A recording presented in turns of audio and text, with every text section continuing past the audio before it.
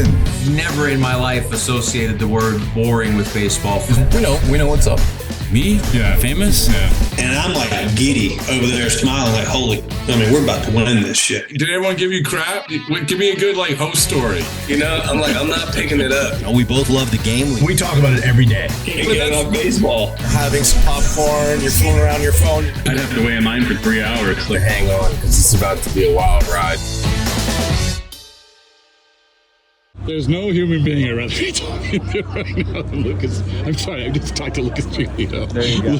Luke Weaver. Man, people call me that. Do they? They call you Lucas? They think I have a Hispanic background and my name is Lucas. Really? Why? Nah, I think people just assume that Lucas is the normal name and then Luke is like a nickname. Luke is your name. It's just through and through. But a lot of people who are Lucas go by Luke. So what's your middle name? Alan. So just a normal standard. So there's no nickname. Weave or Dream Weaver, whatever. But how long did Dream stick? Pretty early, I would say, all the way from high A back and when I got into professional baseball. I had the walkout for my freshman year in college. Weaver. Yeah, but it was a little slow at the time. And I think at the age I needed a little bit more bump. So I went away from it, and then I jumped into my life, and one day jogging in the middle of the season in 2024. I didn't ask for it. I didn't pick it. It just magically appeared as I started jogging in. What was that?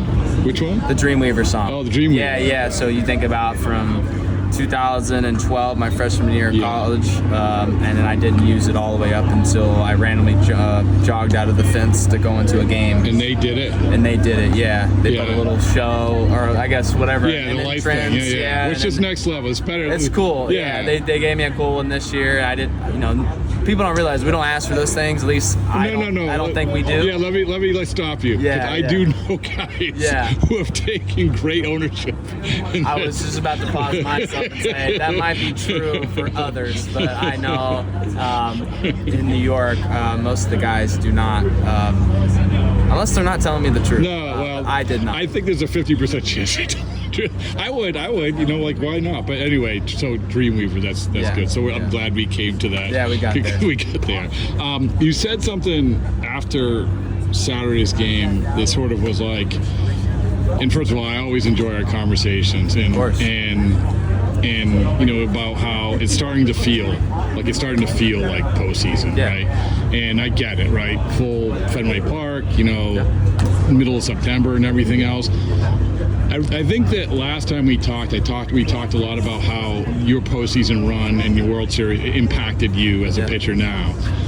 But now I'm sort of wondering, is it almost like, oh yeah, that's what this is like? Remember, it's like you obviously go through spring training, you go through, and so now you land in the middle of September. Was it almost like, okay, now this is what it feels like? Yes, and what I will say to that is going to the pinnacle in reaching the World Series is about as high as we can go, right? And outside of winning it. But that was part of the figuring out. You get into spring training, everything slows down, halts pretty quick. And then you're building back up. And then so you're in those games, you're in the beginning of the season, and those games aren't the other games.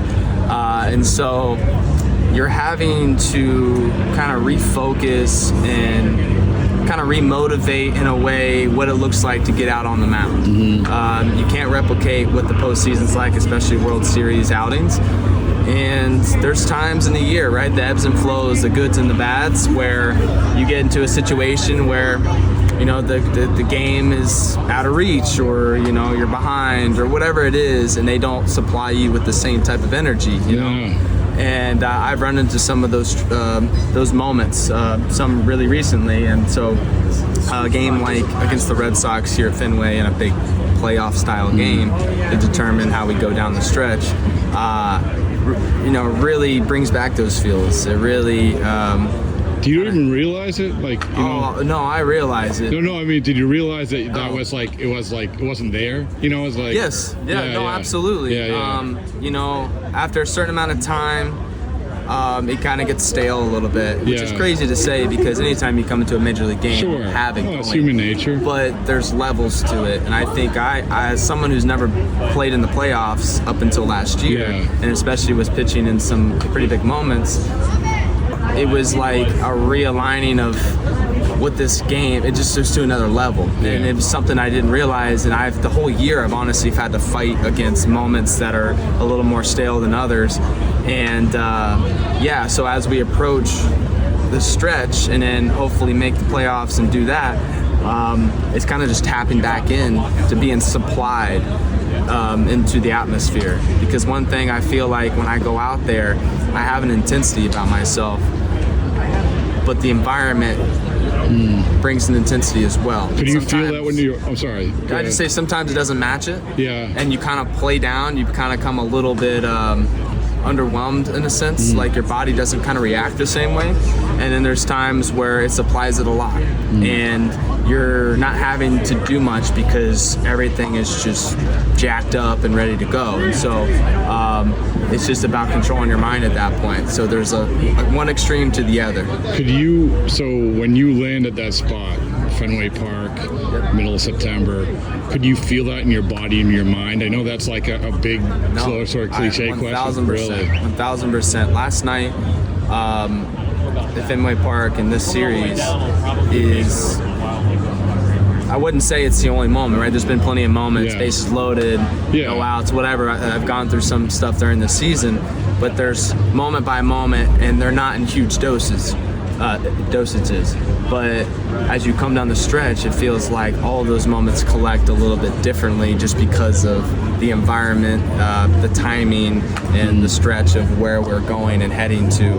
And when you're in the middle of June and July and even early in the season, it's more of like, you have a long way to go. So when you're running a marathon, you're trying to pace yourself. Yeah. And when you get to the final stretch, you're not necessarily trying to change your pace, but you're motivated and your mindset kind of grasps that finish line, and you just want to go strong. So believe it or not, because I'm bringing it back to myself, so I apologize. I run 6 marathons. Oh, Yes. love that. If I can do it, anyone can do it.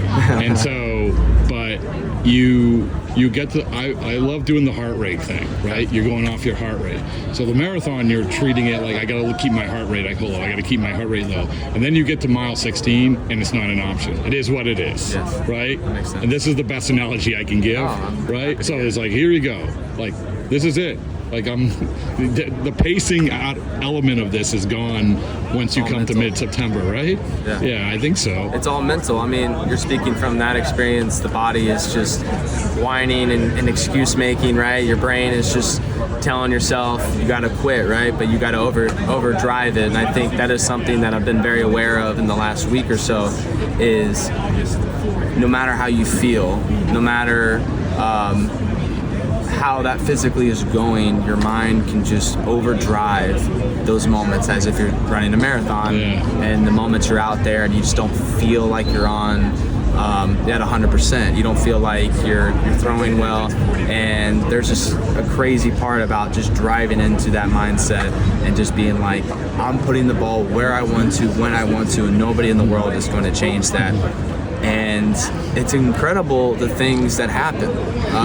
It's not always perfect, but you realize that when you get done, you have a proudness about just leaving it all out there. The conviction is just, at 100%. You lay down at that night and you just go, you know what?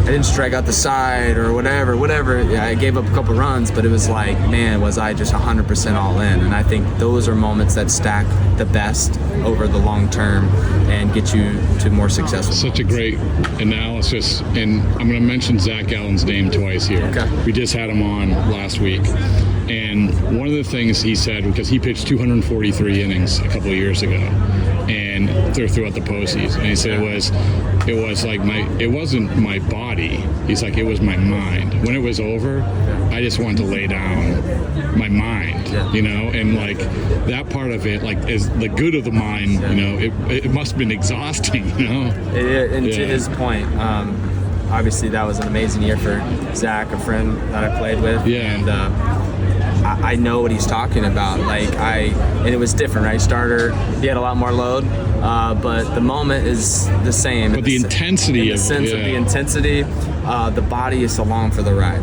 and you're supplying it with all the recovery, everything you need to get it in shape. But it took a long time, all the way into the season, where my mind had to finally get back to being sparked and kind of being relit and being like, hey, buddy, it's time to go. Because there was just so much mental rest that was needed from all the thinking and focus and everything you put in. And the body is super resilient. And I think people neglect the mind and how much focus it takes every day. And, even when we're looking at our phone and we're just killing our eyes sometimes, and then we're going, there's just things to stack up. Are we sleeping well enough? Are we getting everything we need to recover? And it took a long time, and you feel like you build all of it back up just to do it again. Voluntarily. You're here. We are here. Yeah. We are here, and they say you blink and I can't believe we're already here. Yeah. That's just not true. No. But it is funny how you do look up and you kind of reignite that fire a little bit and you just go, all right, we are here. So while I'm here, let's just have fun with it and let's go all out. Empty the tank again. Exactly. Let's go. Empty the tank, because this is what we're meant to do. We're playing a game for so many reasons, but the biggest one I think that aligns through all the players in the big leagues is we just want to win. We're competitive people. We want to win first and foremost, and then in doing that, the other things kind of just fall and take care of themselves, however need be. The other thing with Zach was we were talking about crowds, and you mentioned the Fenway crowd, and I'm fascinated by dynamics of bullpens, about how the Fenway bullpen, the Philadelphia bullpen. I don't know how you guys do it, man. That's the ruthless. It's some ruthless it's great. Yeah. It's like fans bring it. Oh, but you're in a shoebox. Yeah. It's crazy. Yeah. You always say it's like you're like zoo animals. Yeah, right? it's you're in a probably enclosure and people are wanting balls, and they're wanting to yell at you and tell you stink and get you unmotivated. Yeah. And then you got some good ones in there. It's like, hey, you're the man, whatever. Yeah. And to whoever that may be, and it goes in all. But you are right in the belly of the beast there. Right in the belly of the beast. But we're talking about crowds, and we're about the playoff crowds, and how there are certain crowds that want to enact their will on what's going on in the game. So I think the Yankee Stadium in the playoffs like that. I think Fenway Park's like that, and I think Philadelphia's like that. And what I told him, I said I was walking around Philadelphia, 4 rows deep is standing room, and the 4th row were reacting to every single pitch, right? So what he said, and he didn't disagree, he's a Philadelphia guy, but he said that it was almost became white noise though. And so I would be interested from your perspective, because you went through it last year. Is it that way? Or because he said it's almost easier than it is to pitch in a minor league game where you have the one guy heckling you. Yeah. Does it become white noise, or? Yes, I would agree with that. Yeah. I think what people need to understand is the white, you see people, you hear people. It's not that I'm out there and it's just what is it, the guy, Kevin Carson. Their mechanism. Well, that's one of my favorite. That's not what happens. Yeah. At least not for me. Yeah. But what happens is when I'm in the right mindset, it has a white noise feel. I hear the crowd, I see the people, but I'm not singularly focused on the sound or a person. And as soon as that thought comes into your mind of, what are they saying? Or, I see somebody and I'm singled them out with my eyes on the mound, then you are in a bad mind place. You're in a place where you don't necessarily have the best chance to be successful. And when you're on, like Zach has mentioned, there is that white noise. I'm staring into the crowd, but I'm not singularly focused on anybody. I'm not focused on the sound of anything, but I hear it. I'm taking it in. And when there's a calmness to that, and you're in that state of mind, that's where you're locked in, and you have the best chance to succeed. And whether it's good or bad, that's results of baseball. But I always think that you have to be focused right there in the moment, you're in tune with yourself and at the task at hand, and everything else is just, you're just floating through time, and all of it is just just a mental background. Yeah. It's not the painting that I'm staring at into detail. It's just being in art gallery with so many paintings, and there's not one I'm focused on. But I know where I'm at. I know what's in there, and I see through my peripherals and everything. But all I'm focused on is just where my feet are going. Isn't it amazing? A year ago, if we sat here a year ago, you probably wouldn't be able to have that perspective, right? I would not. Yeah, but that's what's great about it. I wouldn't. I mean, I could tap into parts of it. Yeah. I could give you, connected pieces to it. Yeah. But it wouldn't make full sense because the silver lining is being able to go do it and to perform in it and to just get to live it. And that's something that I get to take away and I get to explain and try to make sense of it. But the best part is when a guy like Zach Allen's speaking on it, I know exactly what he's talking about finally. And those only come in those moments. Well, I appreciate it, man. So I'm always inspired, always ready to run through a wall. I appreciate it.